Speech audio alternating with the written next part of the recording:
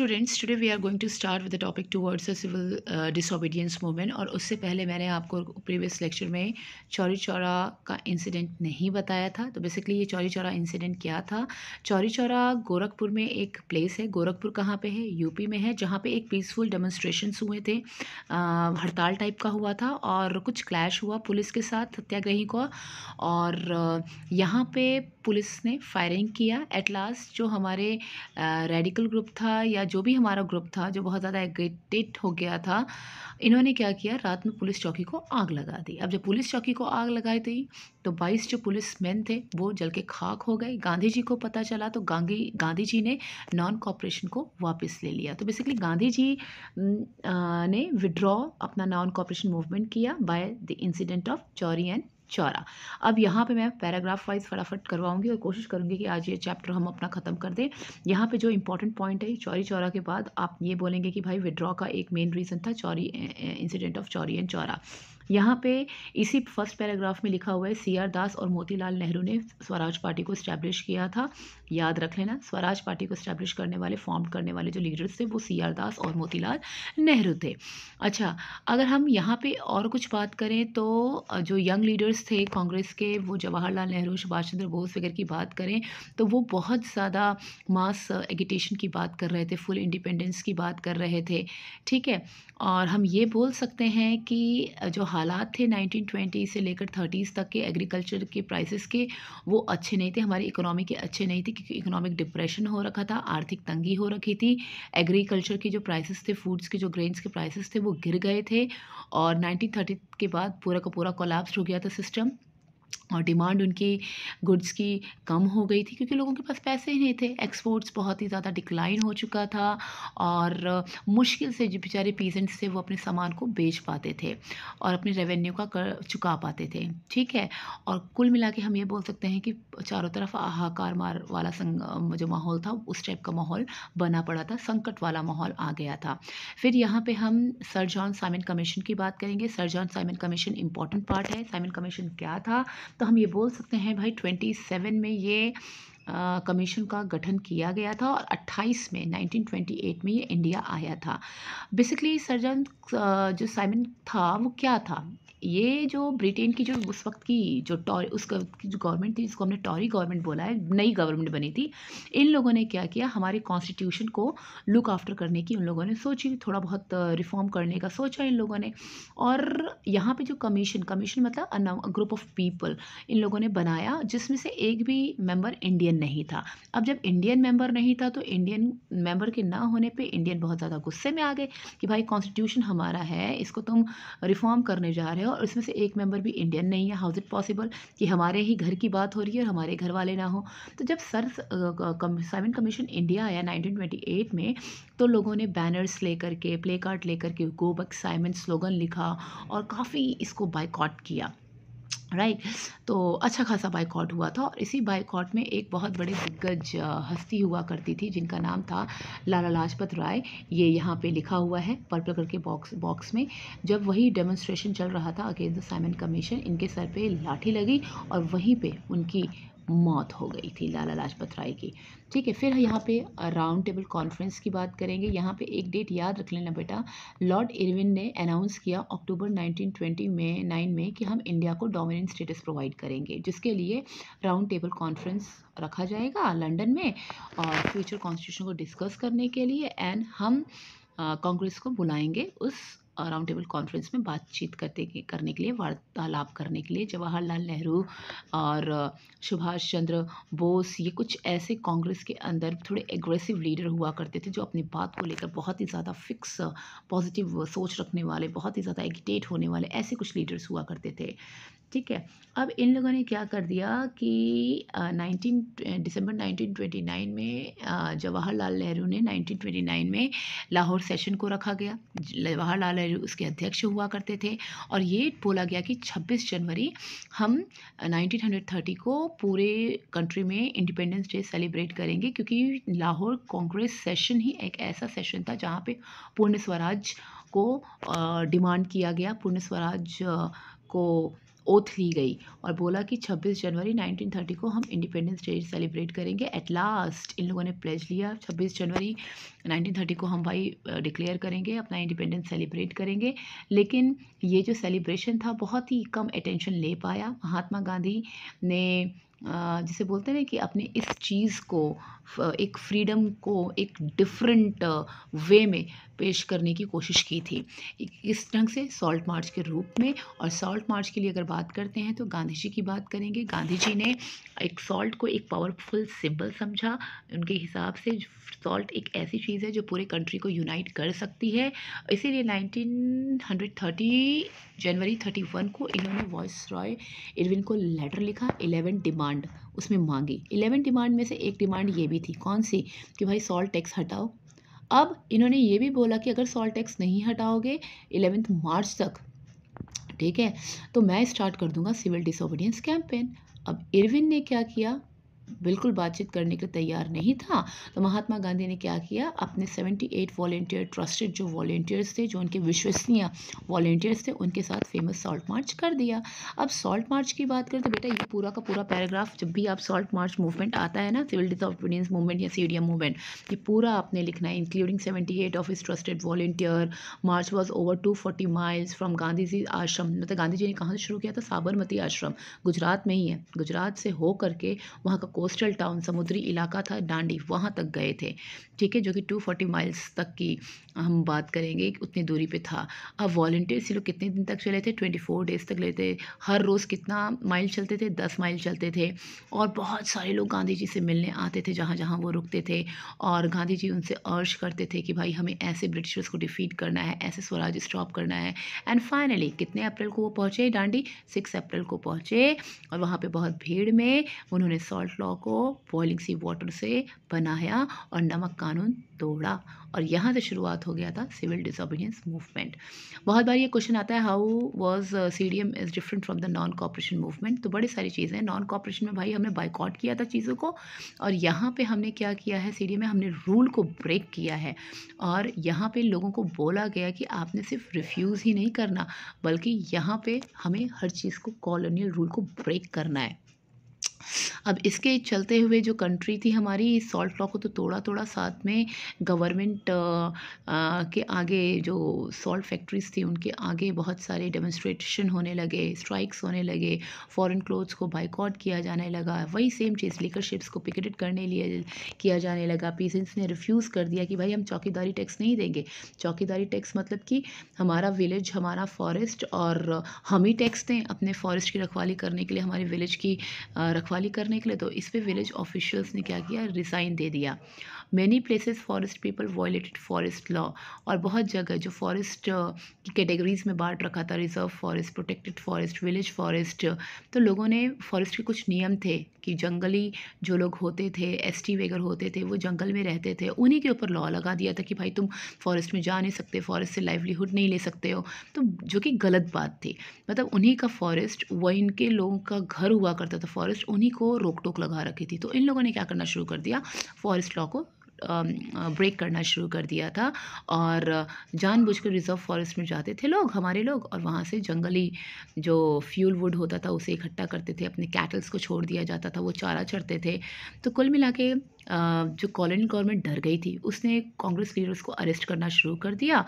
और सेम यहाँ पे क्लैश होगा कहाँ पे, नॉर्थ फ्रंटियर पे, अफ़गानिस्तान पाकिस्तान, हम वहाँ की बात कर रहे हैं, जहाँ पे एक बहुत बड़ा नाम था अब्दुल गफ़ार खान, जो कि महात्मा गांधी के शिष्य थे। उन्हें अरेस्ट किया गया और पेशावर की स्ट्रीट पे डेमोन्स्ट्रेशन हुआ, ठीक है, फायरिंग भी हुई, पुलिस ने किया, बहुत सारे लोग मारे गए। और 1 महीने बाद जब महात्मा गांधी ने अपने आप को, जिसे बोलते हैं ना, उनको अरेस्ट किया गया, तो इंडस्ट्रियल वर्कर्स जो शोलापुर के थे, उन्होंने पुलिस पोस्ट पे अटैक किया, म्यूनसिपल बिल्डिंग्स पे अटैक किया, मतलब हर जगह तोड़फोड़ होने लगी, राइट। अब अगर जो मतलब जो ब्रिटिश सिंबल्स हुआ करते थे, law courts, railway station, municipal buildings, हर जगह शोलापुर के वर्कर्स ने तोड़फोड़ किया। अब बदले में जो गवर्नमेंट थी, फ्रैटर्न गवर्नमेंट थी, वो ब्रूटल रिप्रेशन अपना रही थी। ब्रूटल डिप्रेशन इट मीन्स बहुत ही सख्त कदम उठा रही थी। जो पीसफुल सत्याग्रही थे उन पे अटैक किया गया, वुमेन एंड चिल्ड्रन को पीटा गया, एंड अप्रॉक्स 1 लाख के करीब पीपल को अरेस्ट किया गया। And at last Mahatma Gandhi ने जब देखा कि सिचुएशन बद से बदतर हो रही है तो उन्होंने बोला कि भाई मैं ये मूवमेंट वापस लेता हूँ, और ये चले गए कहाँ पे, गांधी इरविन पैक्ट पे चले गए, जो कि 5 मार्च 1931 को हुआ था। और इन्होंने क्या किया, राउंड टेबल कॉन्फ्रेंस में जाने का निर्णय लिया। लेकिन कांग्रेस ने क्या किया, फर्स्ट राउंड टेबल कॉन्फ्रेंस को तो अस्वीकार कर दिया, उसमें वो लोग गए नहीं। इन लोगों ने क्या किया, सेकंड राउंड टेबल कॉन्फ्रेंस में ये लोग गए, और ये पूरा का पूरा लंदन में था। ठीक है, अब हम ये बोल सकते हैं कि दिसंबर 1931 में गांधी जी लंदन दोबारा गए। ठीक है, और ये सेकंड राउंड टेबल कॉन्फ्रेंस था, यहाँ पे नेगोशिएशन नहीं हुआ और वापस ये लौट के आ गए। अब जब वापस आए तो इन्होंने क्या देखा कि गवर्नमेंट ने एक न्यू साइकिल अत्याचार का शुरू कर दिया है। गफ़ार अब्दुल खान हो गए हमारे, और जवाहरलाल नेहरू हो गए, उनको जेल में डाल दिया गया था। कांग्रेस को इलीगल बोल दिया गया। बहुत सारे मेजर्स सुधार अडॉप्ट किया था, ज़बरदस्ती थोप दिया था, डेमोन्स्ट्रेशंस को बाइकआउट कर दिया था, बाइकआउट्स करना भी बाइकआउट कर दिया गया था। ठीक है, बड़ी सारी मीटिंग्स पे बाइकआउट कर दिया था। तो महात्मा गांधी ने क्या बोला, बस बहुत होता है, जो चीज़ मैंने वापस ली थी मैं दोबारा से इसको रीलॉन्च करूँगा। और उसके बाद इन्होंने क्या किया, CDM को दोबारा से रीलॉन्च किया। लेकिन 1934 तक आते आते तक इस मूवमेंट ने अपना मोमेंटम खो दिया, अपना अस्तित्व खो दिया। मतलब उस टाइप का जितना महात्मा गांधी ने सोचा था उस टाइप का ये नहीं बना। अब आता है कि हमारे जो पार्टिसिपेंट थे उन्होंने मूवमेंट को कैसे देखा। तो यहाँ पे 5 पॉइंट्स आएंगे बेटा, जो पार्टिसिपेंट थे उन्होंने मूवमेंट को कैसे देखा। तो पहले हमारे आएंगे Patidar of Gujarat and Jat of Uttar Pradesh, जो कि दोनों के दोनों भाई अमीर हैं। देवर बहुत ही ज़्यादा एक्टिव थे मूवमेंट में। लेकिन ये पहले जो CDM का पहला चरण था उसको देख चुके थे कि भाई उनका कोई फ़ायदा नहीं हो रहा है। तो इनको ये पता था कि भाई हमारे ऊपर आर्थिक तंगी का दौर चला है, हमारी प्राइसेस की कीमतें गिर गई हैं। ठीक है, ग्रेन्स की कीमतें गिर गई हैं, हमें इनकम नहीं मिल पा रही है, हम रेवेन्यू नहीं पे कर पा रहे हैं। बहुत ज़्यादा लोगों में क्रोध था। तो रिच पीजेंट जो थे वो बहुत ज़्यादा एंथुसियास्टिक सपोर्टर बने थे CDM के। उन्होंने डिफरेंट कम्युनिटीज़ को ऑर्गेनाइज़ की।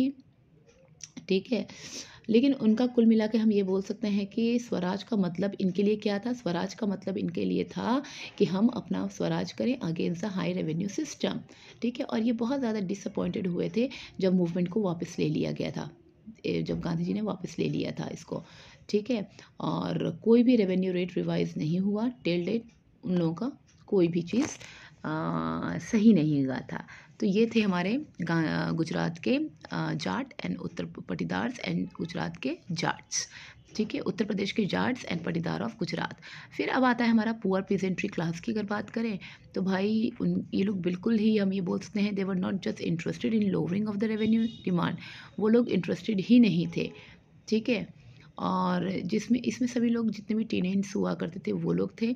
और हम ये बोल सकते हैं कि जब इकोनॉमिक डिप्रेशन के चलते इनका कैश इनकम डिविडेंड हुआ, मतलब कि घबराया, कैश इनकम मतलब ज़्यादा नहीं था उनके पास, तो जो टेनेंट्स थे, जो किराएदार वगैरह थे, उनके लिए बड़ा मुश्किल हो गया रेंट को पे करना। अब वो ये चाहते थे कि लैंडलॉर्ड कुछ इसमें छूट प्रोवाइड कर दे, राइट। और उन्होंने variety of radical movement join कर लिए। अब variety of radical movement it means socialism भी था उसमें, और radical movement it means socialist भी थे लोग, कम्युनिस्ट भी थे। सोशलिस्ट मतलब जो समाज में इक्वालिटी की बात करें, कम्युनिस्ट मतलब जहाँ पे आप शेयरिंग वगैरह की बात करते हैं, एप्रहेंसिव ऑफ, मतलब बहुत सारे जो पीजेंट्स, लैंडलॉर्ड, ये लोग थे, सब इसमें शामिल नहीं होना चाहते थे बेसिकली यहाँ पे, क्योंकि उनको ये लगता था कि ये टीनेंट्स वगैरह की बात हो रही है, पुअर पीजेंट्स वगैरह की बात कर रहे हैं। तो यहाँ पे जो नो रेंट कैंपेन ये लोग चला रहे थे, कांग्रेस ने उसको सपोर्ट नहीं किया, और जो पुअर पीजेंट थे और कांग्रेसिस थे उनके बीच में ये सब चीज़ें एक जैसे बोलते हैं ना कि पुअर पीसेंट और कांग्रेस में ये चीज़ें बिल्कुल निश्चित ही थी। कांग्रेस सपोर्ट नहीं कर रही थी और पुअर पीपल वो बहुत ही एग्रेसिव हो रहे थे अपनी चीज़ों को लेकर के। ठीक है, हमें ये पता है कि फर्स्ट वर्ल्ड वॉर अगर बात करें तो बहुत ज़्यादा मर्चेंट्स एंड इंडस्ट्रीज़ ने huge profit and become a powerful keen on expanding their business. अपने बिजनेस को बढ़ाने की सोची थी इन लोगों ने। इसके तहत इन लोगों ने क्या किया, जितने भी इंडस्ट्रीज थे इन लोगों ने 1920 में एंड 27 में फ़िक्की को इस्टेब्लिश किया। फ़िक्की क्या था हमारा? Federation of Indian chamber of commerce, led by the prominent industrials like Purushottam Das, Thakur Das and J.D. Birla. The industries attacked colonial over the Indian economy and supported the civil disobedience movement. कुल मिला के जो industries थी FICCI थी, इन लोगों ने colonial control के ऊपर जैसे बोलते हैं ना कि इंडियन इकोनॉमी को सपोर्ट करने के लिए इन लोगों ने कुछ कंट्रोल के ऊपर अटैक किया अपनी एक खुद की ऑर्गेनाइजेशन बना करके। और हम ये बोल सकते हैं कि फाइनल असिस्टेंट देना चाहते थे और इम्पोर्टेड गुड्स को ये लोग बेसिकली क्या करना चाहते थे? ख़रीदना नहीं चाहते थे, इम्पोर्ट नहीं करना चाहते थे किसी भी प्रकार का ग्रुप। ठीक है, जो मोस्ट बिजनेसमैन थे वो स्वराज को कैसे देखते थे? हम ये बोल सकते हैं कि भाई वो नहीं चाहते थे कि कोई भी रिस्ट्रिक्शंस हमारे इंडिया में हो प्रोडक्ट्स के ऊपर, हमारा एक्सपोर्ट आराम से हो जाए। लेकिन राउंड टेबल कॉन्फ्रेंस जब फेल हो गया तो बिज़नेस ग्रुप्स बहुत ज़्यादा यूनिफॉर्मली एंथुसियाज्म नहीं रहा उनके ऊपर और ये लोग बहुत ज़्यादा टेंशन में आ गए कि ये जो डिसरप्शन बिज़नेस में हो रहा है कहीं वो बहुत लंबा ना चले और सोशलिज़्म का कहीं प्रभाव ना हो और यंगर मेंबर के ऊपर। अच्छा, यहाँ पे कुछ नाम आएंगे जो इंडस्ट्रियल वर्किंग क्लासेस थी वो पार्टिसिपेट नहीं की एक्सेप्ट नागपुर रीजन को छोड़ करके, बाकी तो हर जगह किया एक्सेप्ट नागपुर रीजन। ठीक है।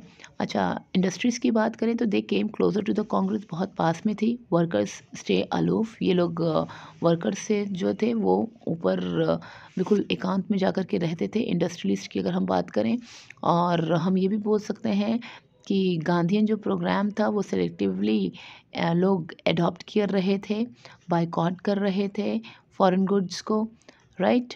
और they were strike by railway workers in 1930 and dock workers in 1932 and 1930,000 of workers in Chota Nagpur tin mines wore Gandhian cap and participated in protest rallies. मतलब कुल मिलाकर हम ये बोल सकते हैं कि रेलवे वर्कर्स ने स्ट्राइक किया 1930 एंड डॉक वर्कर्स ने जो शिप पे काम करते थे 32 में इन लोगों ने स्ट्राइक किया और ये लोग गांधीयन कैप पहन करके अपने प्रोटेस्ट रैलीज में पार्टिसिपेट किया करते थे। एक बाइकॉट कैंपेन यानी जो ब्रिटिश गवर्नमेंट थी उसको बाइकॉट किया करते थे। लेकिन कांग्रेस जो थी वो वर्कर्स की डिमांड को लेकर थोड़ी रेलिक्टेंट थी। रेलिक्टेंट इट मीन्स चाहती थी बट मतलब खुले रूप से नहीं करना चाहती थी।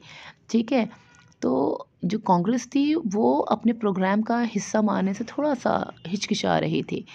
अनदर अगर हम सिविल डिसोबीडियंस मूवमेंट का बात करें तो during Gandhi ji Salt March thousand of women came out of their home to listen him मतलब कि जाहिर सी बात है हम गांधी जी की बात कर रहे हैं कि सिविल डिसोबीडियंस का मूवमेंट का जो एक और इम्पॉर्टेंट फीचर था वो क्या था? हमारा औरतों का पार्टिसिपेशन। हमें पता है कि अब गांधी जी बेसिकली तो को ये बोलते थे कि भाई अपने जो विमेन हैं उनको अपना घर का काम वाम करना चाहिए, अपने लोगों की सुननी चाहिए।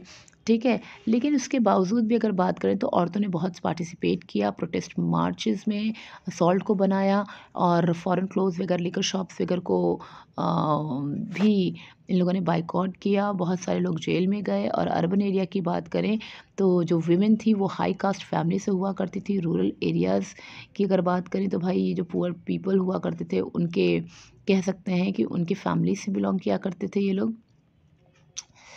तो हम ये बोल सकते हैं कि लेकिन गांधी जी ने फिर भी लोगों को से बोलते हैं ना कि अपनी सर्विसेज नेशन को देने के लिए और जो सैक्रेड जो वुमेन की ड्यूटी होती थी उसे बहुत सैक्रेड मानते थे, राइट। और अगर हम बात करें तो भाई जो गांधी जी थे उनको कन्विंस्ड किया जाया गया था कि भाई it was a duty of women, ये ड्यूटी है वुमेन की कि अपने घर की देखभाल करे बहुत तरीके से, एक मदर बन के, एक वाइफ बन के। ठीक है, आपको ये काम करना चाहिए। और कांग्रेस रेलिक्टेंट थी वैसे वुमेन के पार्टिसिपेशन पे, इनकी अथॉरिटी पे, इनके ऑर्गेनाइजेशन पे, लेकिन हाँ हम ये बोल सकते हैं इनका सिंबॉलिक प्रेजेंस हुआ करता था। Limits of civil disobedience movement की बात करें तो यहाँ पे वो कांग्रेस में बहुत ही दलितों को इग्नोर किया गया और ये पार्टी अपनी बहुत ही ज़्यादा कंजर्वेटिव हाई कास्ट हिंदूज़ के लिए मानी जाती थी। महात्मा गांधी ने ये बोला कि स्वराज तब तक नहीं आएगा 100 साल तक जब तक यहाँ पे अनटचेबिलिटी स्टैब्लिश ना हो जाए। ठीक है। अनटचेबल्स मतलब अनटचेबिलिटी हट ना जाए। और इन्होंने चिल्ड्रंस ऑफ गॉड कहा, जिसे हम हरिजन बोलते हैं, राइट। और इन्होंने खुद अपने टॉयलेट्स वगैरह को क्लीन किया, पब्लिक टॉयलेट को क्लीन किया और भंगीस के साथ काम किया। और लोगों के हार्ट्स वगैरह को परसुएट करने के लिए, अपर कास्ट जो चेंजेस होते हैं वो सब करने के लिए, जिसे बोलते हैं बहुत सारे दलित लीडर्स वगैरह का एग्जाम्पल दिया गया, एक पॉलिटिकल सॉल्यूशन दिया गया, राइट। अब इन्होंने क्या किया, सिविल डिसोबीडियंस मूवमेंट की अगर बात करें तो यहाँ पे हम बोल सकते हैं कि कुछ लिमिटेशंस थी Mahapur and Nagpur regions, whether it was quite strong हम कह सकते हैं। डॉक्टर बी आर अम्बेडकर की बात करें तो इन्होंने दलितों को डिप्रेस्ड क्लासेस एसोसिएशन में कन्वर्ट किया 1930 में, और जहाँ पे गांधी जी के साथ उनके क्लैश भी हुए, राइट। और हम ये बोल सकते हैं कि सेकेंड राउंड टेबल कॉन्फ्रेंस में गए थे, जहाँ पे अंबेडकर जी ने सेपरेट इलेक्टोरेट अपना एरिया मांगा था, लेकिन गांधी जी ने डिनाई किया और एट लास्ट कोई भी सक्सेसफुल नहीं हुआ और ये वापस इंडिया आ गए दोनों के दोनों। और यहाँ पे आकर इन्होंने पूना पैक्ट अपना साइन किया दोनों ने, और महात्मा गांधी आमरण अनशन पे चले गए। तो फिर एट लास्ट जो पैक्ट साइन हुआ वो 1932 का था, पूना पैक्ट था, जहाँ पे डिप्रेस्ड क्लासेस को रिजर्व सीट प्रोवाइड की गई provincial and central legislative council में या इलेक्शंस में। और दलित मूवमेंट जो था वो कंटिन्यू रहा, एक मूवमेंट में जिसे हम बोल सकते हैं वो चीज़ आ गई अम्बेडकर जी की वजह से। एंड एट लास्ट हम ये बोल सकते हैं एक मुस्लिम ऑर्गेनाइजेशन थी जिसे हम मुस्लिम लीग बोल रहे हैं, और they were totally opposed the Hindus party, जिसे हम बोल रहे हैं कि हिंदू महासभा हुआ करती थी, जो कि नेशनलिस्ट ग्रुप होता था हिंदुओं का, ठीक है। अब यहाँ से हम कम्युनल क्लैशेस की बात कर रहे हैं, जो रिलीजन के बेसिस पे क्लैशेस होते हैं, क्योंकि दोनों के बीच में ट्रस्ट नाम की कोई चीज़ नहीं थी और दोनों के बीच में एक डिस्टेंस हुआ करता था।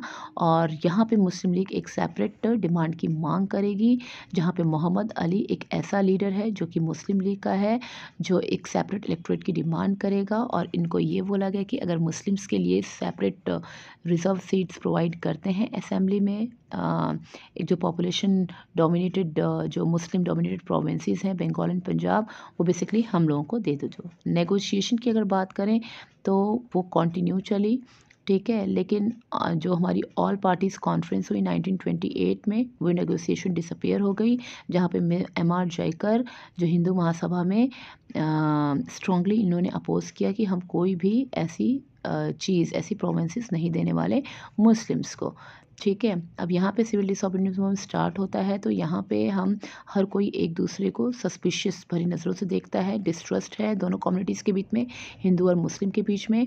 और बहुत सारे मुस्लिम लीडर्स इंटेलेक्चुअल्स अपने कंसर्न को, अपने स्टेटस ऑफ मुस्लिम को एज अ माइनॉरिटी शो करते हैं, और उनके हिसाब से कि भाई कल्चर और उनकी आइडेंटिटी जो माइनॉरिटी की है वो डूब जाएगी, क्योंकि यहाँ पे हिंदूज़ मेजॉरिटी में है। यहाँ पे सर मोहम्मद इकबाल के बारे में लिखा है। सर मोहम्मद इकबाल 1930 में ये भी मुस्लिम लीग के प्रेसिडेंट हुआ करते थे, जिन्होंने सारे जहाँ से अच्छा लिखा था। बस आज के लिए इतना यहाँ पे काफ़ी है। बस एक और लेक्चर होगा हमारा सेंस ऑफ कलेक्टिव बिलोंगिंगनेस, जो कि हमारे लास्ट